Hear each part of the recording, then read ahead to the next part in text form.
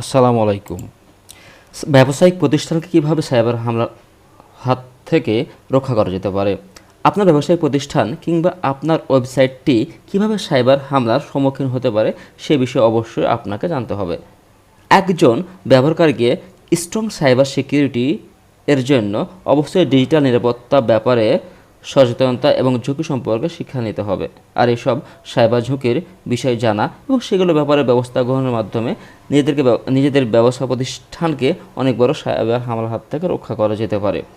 কোম্পানিগুলোকে ক্রমাগত তাদের সাইবার সিকিউরিটির নীতিগুলো কোয়ালিটি কন্ট্রোল এর বিষয়ে উন্নত করতে হবে, যার মধ্যে রয়েছে সিকিউরিটি ব্রিচেস এর মতো ঘটনার এবং কীভাবে সে কোম্পানি সিকিউরিটি ডিপার্টমেন্ট টিম এর ভবিষ্যৎ এরকম ঘটনা হ্যান্ডেল করবে।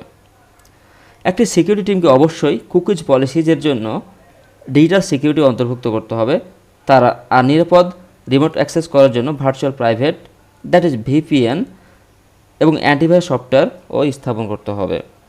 প্রয়োজনে আপনার একটি আইটি টিম বানাতে হবে, যেটা একটা শক্তিশালী বা স্ট্রং পলিসি থাকবে এবং আপনাকে একটা রিস্ক অ্যাসেসমেন্ট ফ্রেমওয়ার্ক এবং একজন যোগ্য chief information security officer, security architect, security engineer এবং সিকিউরিটি অ্যানালিস্ট টিম নিয়োগ দিতে হবে।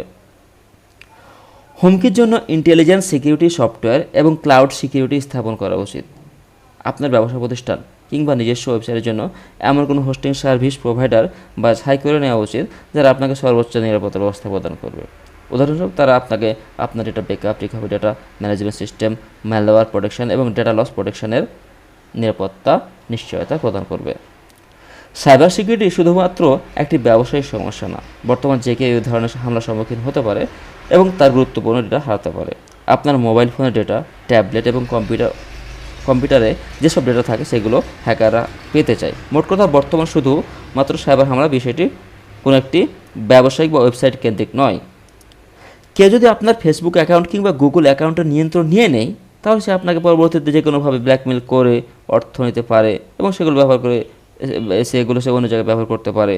তাই আমাদের জন্য সাইবার নিরাপত্তা বিষয়টি অনেক বেশি গুরুত্বপূর্ণ। আমাদেরকে সাইবার হুমকি এড়াতে সাইবার সিকিউরিটিকে গুরুত্ব সহকারে মাথায় নিতে হবে। Thank you for watching this video. Please subscribe my channel. Thank you.